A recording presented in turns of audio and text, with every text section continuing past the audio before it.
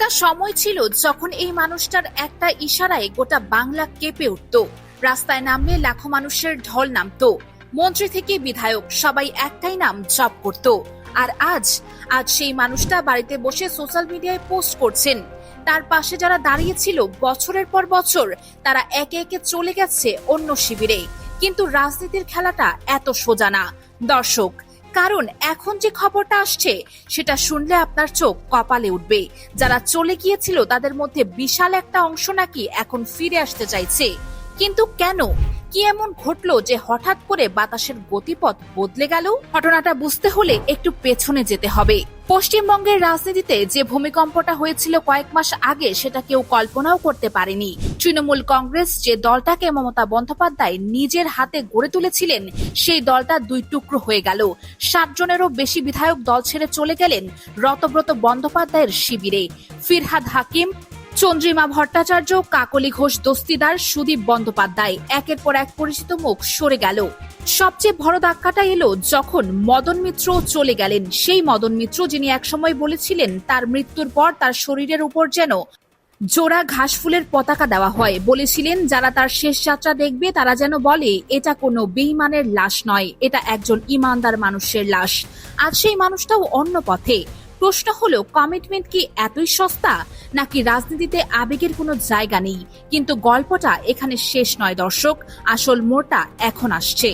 সম্প্রতি তৃণমূলের প্রাক্তন সিনিয়র নেতা রবীন্দ্র ঘোষ এমন একটা কথা বলেছেন যেটা গোটা রাজনৈতিক মহলে আলোড়ন তুলে দিয়েছে। তার দাবি অনুযায়ী দল ছেড়ে যাওয়া 60 জন বিধায়কের মধ্যে 45 জনই এখন আবার মমতা বন্দ্যোপাধ্যায়ের কাছে ফিরে আসতে চাইছেন। 45 জন সংখ্যাটা একবার ভেবে দেখুন। এটা কিন্তু মোটেও ছোট সংখ্যা নয়। এটা যদি সত্যি হয় তাহলে বাংলার রাজনীতির পুরো হিসাবটাই উল্টে যাবে। কিন্তু প্রশ্ন হলো, এরা ফিরতে চাইছে কেন? কি বদলালো হঠাৎ করে? রবীন্দ্র ঘোষ একটা খুব গুরুত্বপূর্ণ কথা বলেছেন এই প্রসঙ্গে। তার মতে দলের ভেতরে যে অসন্তোষটা তৈরি হয়েছিল সেটার মূলে ছিল সাংগঠনিক সিদ্ধান্তগুলো। টিকিট বন্টনের সময় 80 জনেরও বেশি বিধায়ক ও মন্ত্রীর টিকিট কেটে দেওয়া হয়েছিল। দীর্ঘদিনের পুরনো নেতাদের সংগঠনের পদ থেকে সরিয়ে দেওয়া হয়েছিল। যারা রাস্তায় লড়াই করে দলকে এই জায়গায় নিয়ে এসেছিল তাদেরকে পাশ কাটিয়ে নতুনদের হাতে দায়িত্ব তুলে দেওয়া হয়েছিল। এই ক্ষোভটাই ধীরে ধীরে বিদ্রোহের রূপ নিয়েছিল। কিন্তু এখন পরিস্থিতি বদলাচ্ছে। কারণটা শুধু আবেগ নয়, কারণটা অনেক বেশি বাস্তবসম্মত।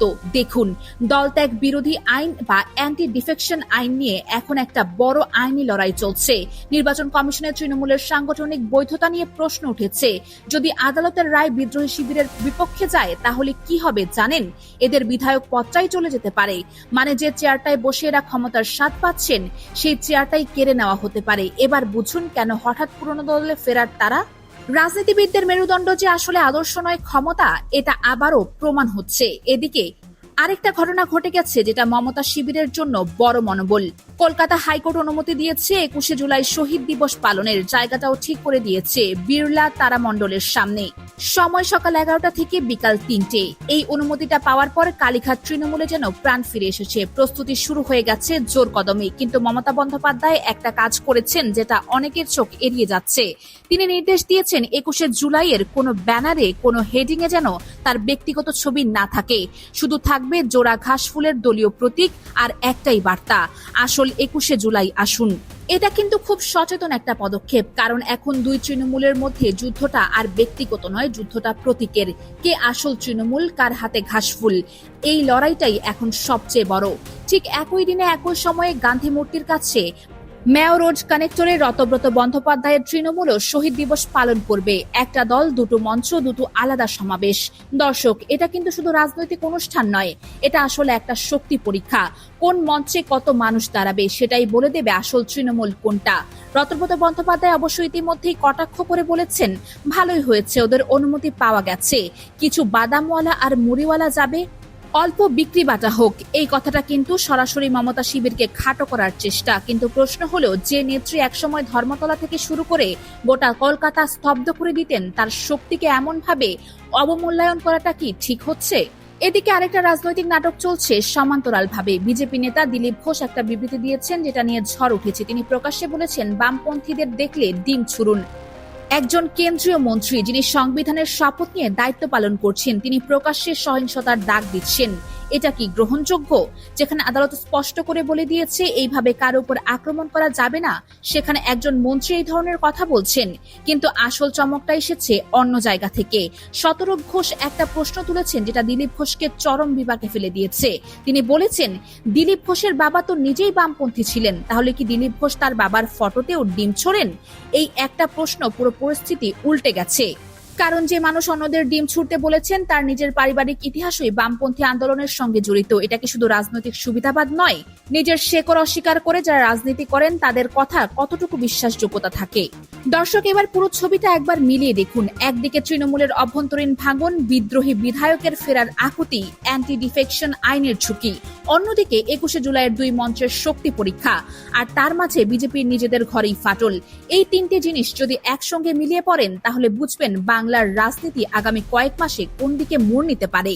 রবীন্দ্রনাথ ঘোষ আরেকটা গুরুত্বপূর্ণ কথা বলেছেন যেটা হয়তো অনেকেই খেয়াল করেননি। তিনি বলেছেন 2011 আর 2016 সালে তৃণমূল যখন বিশাল জয় পেয়েছিল তখন কিন্তু আইপ্যাকের কোনো ভূমিকা ছিল না। সেই জয় ছিল রাস্তার লড়াইয়ের জয়, মানুষের সঙ্গে সরাসরি সংযোগের জয়। পরবর্তীতে বাইরের কৌশলবিদদের উপর অতিরিক্ত নির্ভরতা দলের ভেতরে একটা দূরত্ব তৈরি করেছে। পুরনো কর্মীরা মনে করছেন তাদের অবদানকে অবজ্ঞা করা হচ্ছে। এই বিশ্লেষণটা যদি সত্যি হয় তাহলে তৃণমূলের সংকটের মূলটা আসলে কৌশলগত ভুলের মধ্যে লুকিয়ে আছে। কোন দল যখন তার তৃণমূল পর্যায়ের কর্মীদের কাছ থেকে বিচ্ছিন্ন হয়ে যায় তখন সেই দলের ভিত নড়ে যায়, আর ঠিক এটাই ঘটেছে। কিন্তু এখন প্রশ্ন হলো, মমতা বন্দ্যোপাধ্যায় কি সত্যিই ফিরতে পারবেন সেই পুরনো শক্তিতে? দেখুন, তার হাতে এখন যা আছে তা অনেক কম। ফিরহাদ হাকিম নেই, চন্দ্রিমা নেই, মদন মিত্র নেই, কিন্তু তার হাতে আছে কুণাল ঘোষ, মহুয়া মিত্র, কল্যাণ বন্দ্যোপাধ্যায়ের মতো কিছু বিশ্বস্ত মুখ। আর সবচেয়ে বড় কথা, তার হাতে আছে সেই নামটা, মমতা বন্দ্যোপাধ্যায়। বাংলার রাজনীতিতে এই নামটার এখনো একটা আলাদা ওজন আছে। ইতিহাস বলে মমতা বন্দ্যোপাধ্যায় সবচেয়ে বিপজ্জনক হন যখন তিনি কোণঠাসা থাকেন। 90-এর দশকে কংগ্রেস ছেড়ে একা বেরিয়ে এসেছিলেন, সবাই বলেছিল শেষ, কিন্তু তিনি ফিরেছিলেন। 2007 সালে নন্দীগ্রামের পর সবাই ভেবেছিল বামফ্রন্ট অপরাজেয়, কিন্তু 4 বছরের মধ্যে তিনি সেই অসম্ভবকে সম্ভব করেছিলেন। এবারও কি একই ঘটনা ঘটতে চলেছে? 21শে জুলাইয়ের পর ছবিটা অনেকটাই পরিষ্কার হবে। বিরলা তারামণ্ডলের সামনে কতজন দাঁড়ান আর গান্ধী মূর্তির পাদদেশে কতজন জামায়াত হন, এই দুই সংখ্যাই বলে দেবে ভবিষ্যতের গতিপথ। কিন্তু সবচেয়ে বড় প্রশ্নটা এখনো রয়ে গেছে, যে 45 জন বিধায়ক নাকি ফিরতে চাইছেন তাদের জন্য কি সত্যিই দরজা খোলা হবে?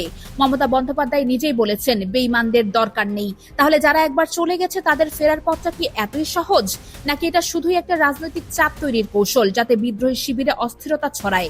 দর্শক, উত্তরটা এই মুহূর্তে কারো কাছেই নেই, না মমতার কাছে, না রতব্রতের কাছে, না বিজেপির কাছে। উত্তরটা আছে সময়ের কাছে, আদালতের কাছে, আর বাংলার মানুষের কাছে। আপনি কি মনে করেন এই 45 জন বিধায়ক কি সত্যিই ফিরবেন, নাকি এটা শুধুই একটা গুজব? মমতা বন্দ্যোপাধ্যায়ের প্রত্যাবর্তন কি সম্ভব, নাকি এবার সত্যিই খেলা শেষ? আপনার মতামতটা কমেন্টে লিখে জানান, কারণ বাংলার রাজনীতির পরবর্তী অধ্যায়টা যে কোনো সিনেমার চেয়ে কম রোমাঞ্চকর হবে না, সেটা হলফ করে বলা যায়।